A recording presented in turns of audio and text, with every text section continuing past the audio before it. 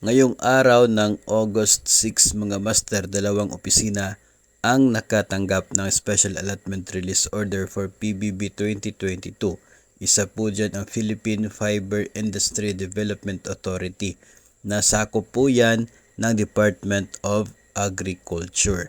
So ito po ay para sa 286 na mga qualified officials and employees ng opisinang ito. Kabilang din po sa mayroong SARO for PBB 2022.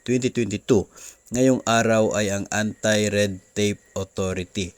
No, ito po ay sakop ng other executive offices ng gobyerno para po sa PBB 2022 nila.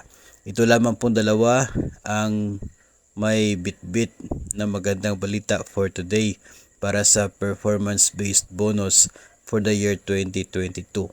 Other agencies tulad po ng DepEd at ilan pong mga military and uniform personnel, wala pa rin po tayong SARO for today.